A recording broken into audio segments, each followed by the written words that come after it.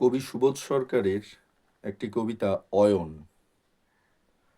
মানে মা বাবার ডিভোর্সের পর বাচ্চাদের কি অবস্থা হয় সেই নিয়েই কবিতাটা। একবার আমাদের গায়ক নচিকেতা চক্রবর্তীকে একটা ইন্টারভিউয়ে বলতে শুনেছিলাম খুব একটা সুন্দর কথা, যে স্বামী স্ত্রীর ডিভোর্স হতে পারে কিন্তু মা বাবার ডিভোর্স হওয়া কখনো উচিত না।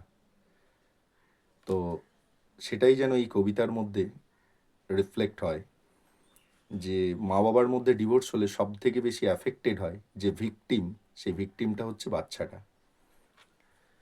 তো সেই নিয়েই কবিতা অয়ন। বাবা না মা, তুমি কার কাছে থাকবে? কোনো বালককে আমি এত বিষণ্ণ দেখিনি। তেজ পাতার মতো তীর তীর করে কাঁপছে তার আঙুল। অয়ন, তুমি কার কাছে থাকবে? প্রথম যেদিন স্কুলে গিয়েছিল, এপাশে ডুডাই মানে বাবা, ওপাশে মাসাই মানে মা, পেছন পেছন দাদু। দাদু ঘাড়ে চাপিয়ে ঘুরে বেড়াতো আর বকা খেত দিদার কাছে, ছেলেটা পড়ে যাবে। প্রধান বিচারপতি গলার স্বর নামিয়ে বললেন, অয়ন তুমি কোথায় থাকবে? হাতিবাগান না গড়িয়াহাট? প্রথম যেদিন তাদের বাড়ি পুলিশ এলো, প্রথম যেদিন রাত্রে বাড়ি ফিরল না মা, প্রথম যেদিন বাবা তাকে থাপ্পড় মারল, পরক্ষণেই বুকে জড়িয়ে বলল সরি।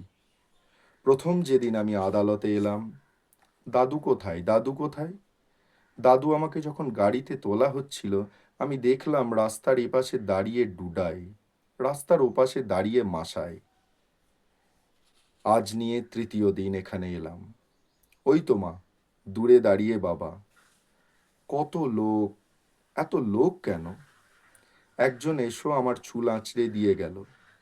বিচারপতি গলার স্বর নামিয়ে বললেন, তুমি কার কাছে থাকবে বলো?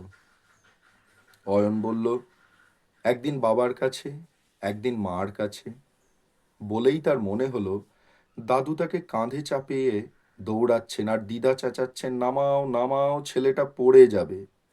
বুড়ো দিদা তাহলে ঠিকই বলেছিলেন, ছেলেটা পড়ে যাবে।